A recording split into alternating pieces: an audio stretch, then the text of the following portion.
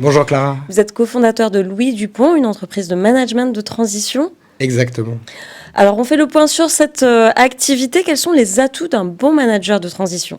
Alors, les atouts d'un bon manager de transition sont avant tout des hommes et des femmes expérimentés qui sont intervenus tout au long de leur carrière dans des environnements très différents.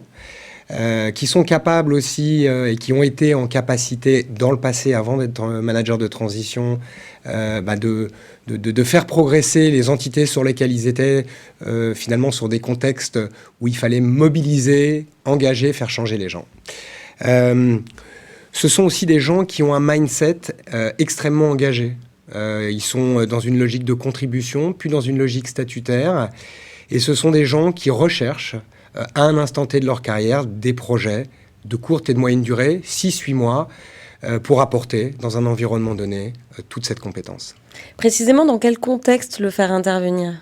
Alors, ils interviennent traditionnellement pour 47% des cas, ce sont les chiffres de France Transition sur l'étude Xerfi, sur des missions de relais et de relais ou de remplacement immédiat.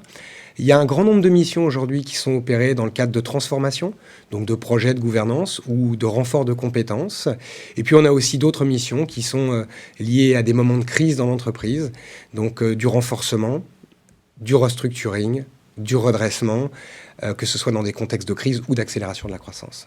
Alors c'est un positionnement très particulier. Quel est le profil type du manager de transition ?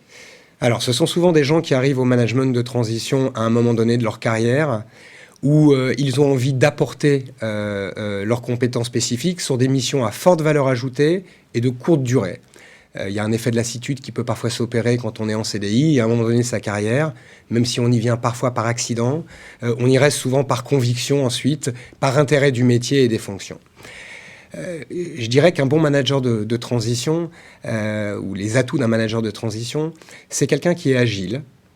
C'est quelqu'un qui a de l'élasticité mentale, de l'intelligence émotionnelle, parce qu'il va devoir réussir à connecter très rapidement tout son environnement, la hiérarchie, les managers, ses pairs, et que ça demande une posture singulière, d'accepter de mettre son ego de côté, et c'est une compétence qui n'est pas si développée que ça. Et d'ailleurs, c'est pas parce qu'on est libre et disponible qu'on est un manager de transition. C'est la raison pour laquelle, par exemple, on reçoit chez nous beaucoup en entretien préparatoire et en entretien exploratoire, des gens pour mesurer finalement ces aspects-là.